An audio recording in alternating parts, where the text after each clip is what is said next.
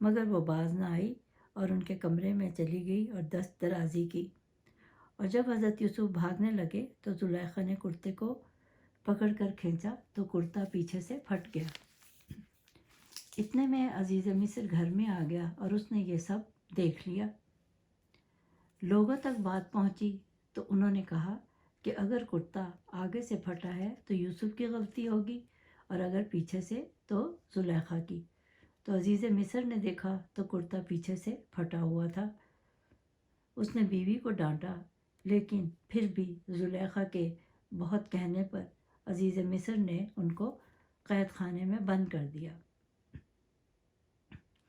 قید خانے میں حضرت یوسف نے کہا کہ یہ کوٹھڑی اس محل سے زیادہ بہتر ہے جو محل برائی کی طرف راغب کرے۔ کہتے ہیں کہ آپ 7 یا 12 برس جیل میں رہے اور قیدیوں کو توحید کی دعوت دیتے رہے۔ وہاں پر 2 لوگ اور آئے جو کہ ایک شراب پلانے والا تھا اور ایک محل کا باورچی تھا۔ وہاں آپ نے ان دونوں لوگوں کو ان کے خواب کی تعبیر بتائی۔ مصر کے بادشاہ اعظم ریال بن ولید نے خواب دیکھا کہ 7 فربا گائیں 7 دبلی گائیں کو کھا رہی ہیں اور 7 ہری بالیاں ہیں اور 7 سوکھی ہیں۔ اس نے خواب کی تعبیر جاننے کی کوشش کی مگر کوئی بھی خواب کی تعبیر نہ بتا سکا۔ اتنے میں بادشاہ کا خادم جیل سے رہا ہو کر جو آیا تھا، اس نے کہا کہ مجھے جیل جانے کی اجازت دیں، وہاں پر ایک شخص ہے جو کہ خواب کی تعبیر بتاتا ہے۔ انہوں نے اجازت دے دی۔ وہ قید خانے گیا اور یوسف سے تعبیر پوچھی تو انہوں نے کہا کہ 7 برس کھیتی باڑی کرو اور اناج کو محفوظ رکھو، کیونکہ 7 برس تک خشک سالی رہے گی اور قحط پڑ جائے گا۔ تو اس شخص نے آ کر بادشاہ کو تعبیر بتائی تو بادشاہ نے کہا کہ یوسف کو جیل سے لے آؤ، لیکن حضرت یوسف نے کہا کہ جو الزام مجھ پر لگا ہے پہلے اس کو مجھ پر سے ہٹائیں، تب میں واپس محل آؤں گا۔ زلیخا نے کہا کہ ہاں، یہ میری غلطی تھی، کیونکہ جب وہ آئے تھے تو میں نے ان کو برائی پر مائل کیا تھا اور اس نے اپنی غلطی کو مان لیا۔ تو حضرت یوسف پاک دامن ثابت ہو گئے۔ تو بادشاہ نے ان کو اپنے محل میں وزیر خزانہ بنا کر رکھ لیا اور خزانے کا تمام ذمہ حضرت یوسف کو دے دیا۔ جب حضرت یوسف علیہ السلام نے تجارت شروع کی تو ان کے بھائی بھی تجارت کرتے تھے، تو وہ تجارت کی غرض سے ان کے پاس آئے تو آپ نے بھائیوں کو پہچان لیا مگر بھائی نہ پہچان سکے۔ تو آپ نے ان سے کہا کہ اب آؤ تو اپنے بھائی بنیامین کو بھی لے کر آنا، پھر غلہ ملے گا۔ تو وہ لوگ واپس آئے، والد سے بات کی تو حضرت یعقوب علیہ السلام نے کہا کہ ایک بار میں تم پر بھروسہ کر کے دیکھ چکا ہوں، لیکن اب نہیں بھیجوں گا۔ لیکن انہوں نے کہا کہ نہیں، آپ ہم سے حلف لے لیں اور ہمیں اس کو لے جانے دیں۔ تو حضرت یعقوب نے اجازت دے دی۔ جب بنیامین آئے تو حضرت یوسف نے ان کے کان میں کہا کہ میں تمہارا بھائی ہوں، اور ان کو روک لیا۔ تو بھائی یہودا بھی ساتھ ہی رک گیا، کیونکہ وہ تو حلف دے کر آیا تھا اپنے والد کو کہ میں ان کو ساتھ لے کر آؤں گا، اور باقی بھائی واپس آ گئے۔ اور جب حضرت یعقوب کو بتایا تو وہ رو رو کر بے حال ہو گئے۔ ان کی آنکھوں کی روشنی بھی جاتی رہی تھی دونوں بیٹوں کے جانے کی وجہ سے۔ بھائی دوبارہ گئے اور حضرت یعقوب کا بتایا۔ تب آپ نے پوچھا کہ تم نے پہچانا؟ میں تمہارا بھائی ہوں اور اب میں تم کو معاف کرتا ہوں۔ تو انہوں نے اپنا کرتا بھائیوں کو دیا کہ والد کی آنکھوں پر لگانا، ان کی بینائی واپس آ جائے گی۔ وہ واپس گئے اور ایسا ہی کیا، اور یعقوب علیہ السلام کی بینائی واپس آ گئی۔ اور اب آپ سب مصر روانہ ہو گئے، اپنے اہل و عیال کے ساتھ آپ نے 4000 کا لشکر لے کر والد کا استقبال کیا اور تخت شاہی پر اپنے والد کو بٹھایا اور کہا کہ میرے باپ، یہ میرے خواب کی تعبیر ہے، بے شک اللہ حکمت والا ہے۔ وہ جو خواب تھا، 11 بھائی جو تھے وہ ستارے ہیں، والد چاند ہیں اور ماں سورج ہیں۔ اور یہ واقعہ محرم کی 10 تاریخ کو پیش آیا تھا۔ اسی لیے کہتے ہیں کہ علم جتنا زیادہ ہوگا، گناہوں سے بچنے کی سکت اتنی ہی زیادہ ہوگی۔ اس لیے صبر میں بہت طاقت ہے۔ ہمیں ہر حال میں اللہ تعالیٰ کا شکر ادا کرنا چاہیے اور ہم سب کو صبر کی نصیحت کرنی چاہیے۔ اس سورت کو پڑھنے کے بہت زیادہ فوائد ہیں۔ اگر 11 بار روز پڑھا جائے تو رزق کی تنگی ختم ہوگی، اور اگر لکھ کر اپنے پاس رکھیں تو سب پر غالب رہے گا،